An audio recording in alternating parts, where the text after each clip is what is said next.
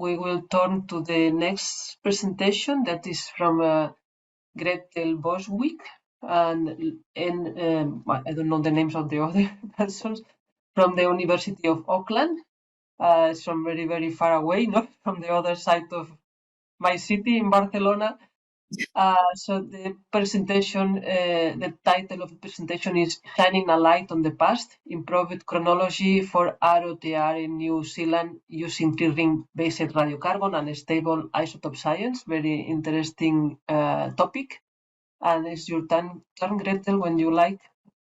So kia ora, tēnā koutou, everyone. Ko Gretel Boswijk ho. I can't see anyone now, so I'll just fly blind. As was introduced, I'm talking to you about a new research project, Shining a Light on the Past. And I'm talking on behalf of our research team, which is Neil Loader from the University of Swansea, Alan Hogg from the University of Waikato, and my colleagues at the University of Auckland, Waipapa, Taumata, Luitgard Schwendenmann and Dilys Johns. And thank you for the opportunity to speak tonight. So as you're aware, I'm speaking to you from Aotearoa, New Zealand, which sits down in the Southwest Pacific, and it's quite a long way from most of the delegates that are at the symposium this evening or your morning. In New Zealand, our human history is relatively short at only about 750 years since people arrived. And so it's quite different to many countries in the Northern Hemisphere that we've been hearing about so far. But we do have similar archaeological concerns. We're interested in the timing of past events and understanding societal change, especially as Polynesians became Maori and their society developed. But we do face some challenges here in New Zealand in establishing chronology using Western scientific methods. So what I'm doing tonight is going to talk to you about a new project to advance science-based archaeological dating in Aotearoa, New Zealand. So we have here a rich archaeological record associated with Maori settlement and their development from about the mid-13th century onwards, so the mid-1200s. And then we have a rich archaeological record also associated with the historic period, connected to European contact in the late 1700s and then colonization from 1840. So this record includes preserved wooden artifacts. In Maori, they're called taonga or treasures, and they include things like parts of houses, alignments of palisades associated with occupation sites, carvings, and also canoes. And the image that I hope you can see on the screen here is of a large section, it's about 5 meters long, of an early sophisticated East Polynesian voyaging canoe. It was discovered in Northwest Nelson on the South Island. The style and form connects it back to the ancestral homelands in Polynesia, but it's made from a New Zealand species called Matai, Primonopsis taxifolia. And one of the defining features of it is the carving of a turtle on the side, which really connects it back to Polynesia rather than New Zealand. We don't often get turtles here. Now, these taonga are highly significant to Maori because they connect hapu, that's family groups, or iwi, which are tribal groups, as they connect people back to their ancestors and places. So they are part of what's called whakapapa or ancestry, and that's just not about people, it's about place, and it can be about objects. So this object is an ancestor in itself. Now, these objects provide us with valuable insights into the past, but their interpretation is, of course, underpinned by the accurate placement of taonga in time. But we face a problem of achieving high temporal resolution here. So if we want to date an alignment of palisades, as you can see in the top left picture on my screen, or an adze palisade post, as you can see in the center, or a canoe, as you can see me coring on the right-hand side, we could use either radiocarbon dating or dendrochronology, or try a combination of both. But we face some issues with that, especially trying to get calendar ages constrained to a decade or down to a single year. So what are the problems? Well, the problem is that with radiocarbon dating is that we face the effect of radiocarbon calibration uncertainties that sit within the last 800 years. So if you could focus your attention on the circle, and you can see here we've got a section of the international calibration curve, which is in black, in Cal 20, the Southern Hemisphere calibration curve, which is in green, so SH Cal, and then overlaid on that new Cowrie derived atmospheric carbon-14 dates, which I'll talk about in a few slides' time. You can see that there are wiggles in the curve between 13 and 1400, between 15 and 1600, and through the 17 to early 1800s. And the effect of these wiggles is to impact the precision and accuracy of calibrated dates. So if you see the canoe, the picture of the canoe on the side, which is the same one that I was coring in the previous slide, we have a radiocarbon age of 123 plus or minus 20 years before present for that canoe. But when we put it on the calibration curve to work out its calendar age, we cannot determine whether this canoe is pre-contact, pre-European contact in age, or whether it is from as recent as the 1800s because of the multiple intercept points. So that uncertainty affects our interpretation of these crafts. If we're interested in their archaeological interpretation, it may also affect cultural connections to the canoes for iwi or hapu groups who have ownership over these objects. We could try dendrochronology, but classic dendrochronology for archaeological dating in New Zealand is quite challenging. It's okay if we're dealing with buildings from the 1800s and the early 1900s, it's fine. We can cross-date Cowrie very well, but our attempts at dating Maori artifacts using tree ring dating have so far failed. Part of the reason they've failed are things like short series. So the two cores that you can see in black and white in the middle of the picture were taken from the waka seen in the previous picture, the canoe, sorry, waka is the Maori term. And they have very short sequences, so only 28 rings on each core taken from opposite ends of the craft. They cross-matched each other very well, despite all the breaks.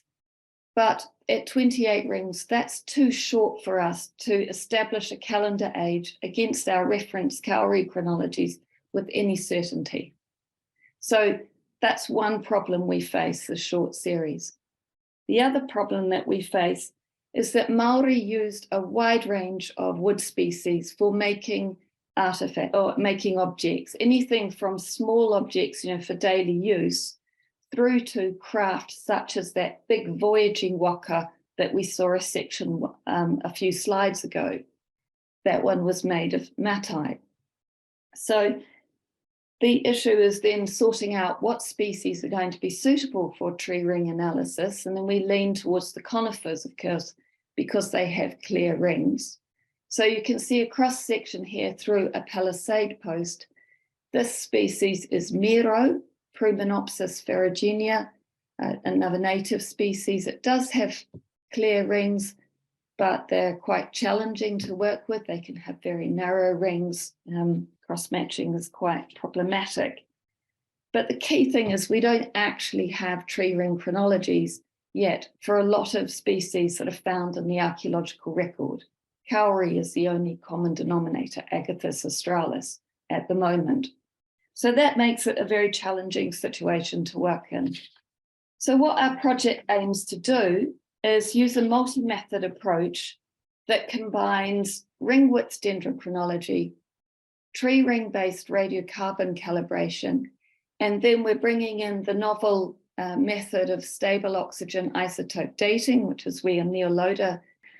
So what we're doing is doing a multi-method approach to deliver advanced, accurate and precise calendar dating for archaeological sites and Wurundanga here in New Zealand. So we're using these three methods.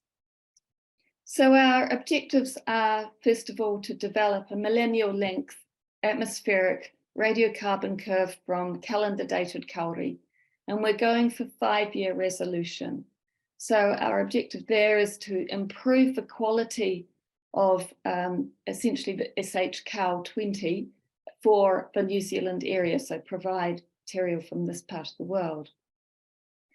The next step for us is also we want to develop multi-centennial stable oxygen isotope chronologies, and we're focusing on 2 species, kauri, because Agathis australis, because we know the species well, we have tree ring chronologies for it, we have the wood available, and we're bringing in Matai because it's archaeologically useful.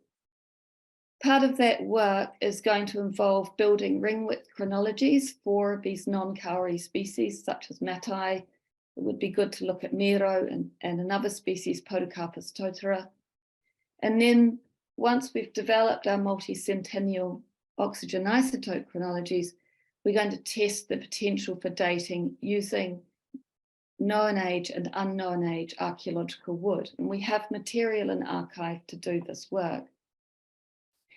As an allied project, we're also running a 3-year program to explore the isotopic pathways in kauri trees. So we want to understand better the uptake of the stable isotopes by kauri. So looking at that movement from rainfall into the soils and then up into the tree and then into the wood.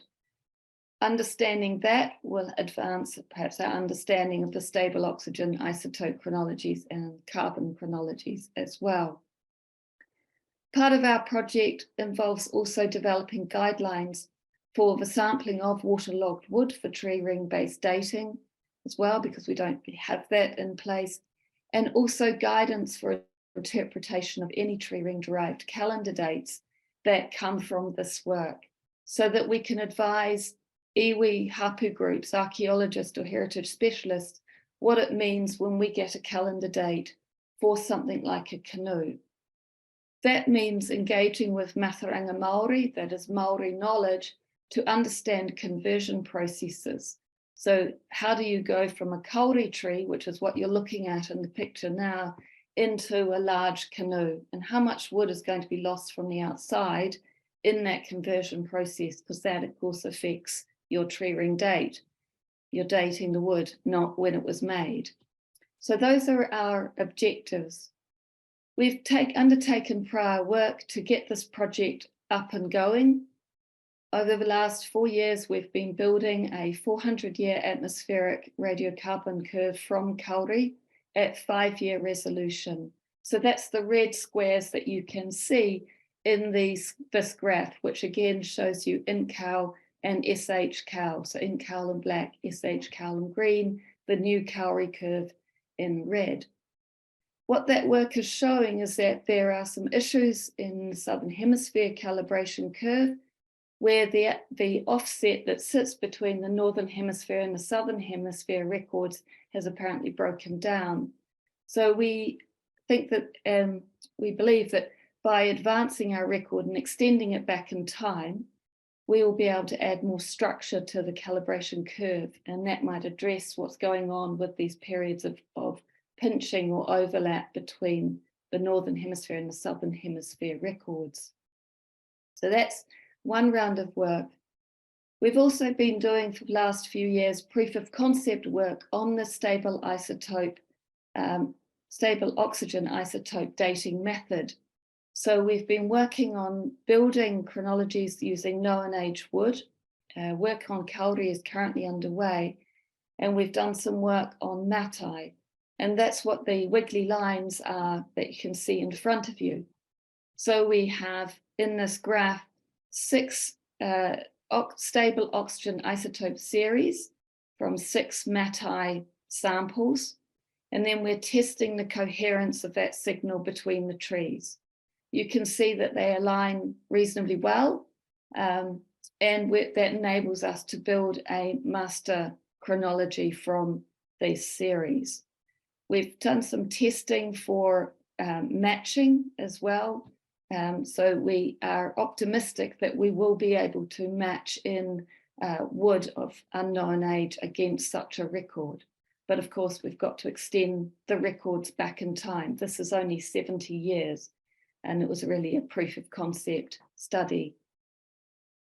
So the outcomes from this 3-year project, which is just starting and will run through till 2026, is we aim to produce a high-resolution atmospheric radiocarbon Kauri curve to help us improve calendar dating for Aotearoa, New Zealand, and contribute to further iterations of the Southern Hemisphere calibration curve. The new tree ring-based stable isotope chronologies, we hope will advance calendar dating of archaeological wood here and maybe help us break down this impasse. We can try and date shorter series using the stable isotope method, while the tree ring development of tree ring chronologies we hope might lead us to calendar dating using classic dendro. The advanced understanding of isotopic composition in Kauri will also aid us with the interpretation of the stable isotope chronologies. It will also advance our understanding of Kauri physiology. And Kauri is a taonga species, a treasure species. It's iconic in New Zealand, but it's currently under threat from a fungal pathogen. So we're losing it from our landscape at the moment. So all in all, this 3-year project, I'm just introducing it to you. And I'll hope maybe over coming years be able to update you on how we are progressing with our aim of advancing dendroarchaeological dating in Aotearoa, New Zealand. I just want to thank our funding bodies, so the Royal Society Marsden Fund, most recently for funding my project, Shining a Light, and the project team, and earlier work on the Swampha project, a seeding grant to get the stable isotope work underway, and Neil Loader also has a UKRI Frontier grant, which is running an allied project. I should also thank the Department of Conservation Te Papa Atawhai and Te Hao Kainga o Poriora for letting us core trees at Poriora Forest in the central North Island, and to Ngāti Ata, Ngāti Whātua o Kaipara, Te Kaurau Anaki and the Tōpiri Marae Committee for their support of analysis of archaeological wood, which they have mana whenua ownership over. So thank you very much for listening. And if you have any questions, please do ask me. Otherwise, tēnā koutou and haere rā. I say thank you and goodbye. Thank you, Gretel. Very, very interesting presentation. I think it's with a big problem for the dendrochronological floating sequences that they are in many places in the world. And I turn now from the public if they want to make some comments or questions. I think Dr. Marta Dominguez, you want to say something? Yes, thank you, Raquel. Hi, Gretel. Nice to see you again. Yes. You know, I'm super fan of your work, of course, and I'm very happy to see that you have this project funded and up and running. And I wanted to ask you just a curiosity, like why are you working on the radiocarbon calendar, but with a 5-year resolution? Is it not possible to do it on a yearly resolution, as many labs are working on the Northern Hemisphere? It is, yes. We started work on a previous project, the Ruamatiti project. So when we started building the record, it was at 5-year resolution because we can fund that. We don't get lots and lots of money to do this. So we felt that it was best to continue doing the 5-year record back a millennium. So we'll take it back to 950, which we can fund through this project. And then with some careful work, we can target specific areas to go to single ring. So we're quite keen to do, we're keen to do single ring, but we feel for consistency, we'll do the the 5 Okay. years first, and then hone in on those pinch points and those trouble points. So Alan is highly motivated on this. All right, thank you. Thank you very much. Thanks, Mata. So Yeah, there is a question in the chat. I think it's from the Juliet Tayev. This is what we'll present later, and she is asking, how many trees per year do you think are necessary to have a reliable master oxygen master chronology? thank you very much, Juliet. We're looking to get to 10 trees sample depth, so consistently to get a reliable master oxygen chronology. So that's what our target is at the moment. We think that that will be sufficient. Thank you for your answer. Okay, thank you.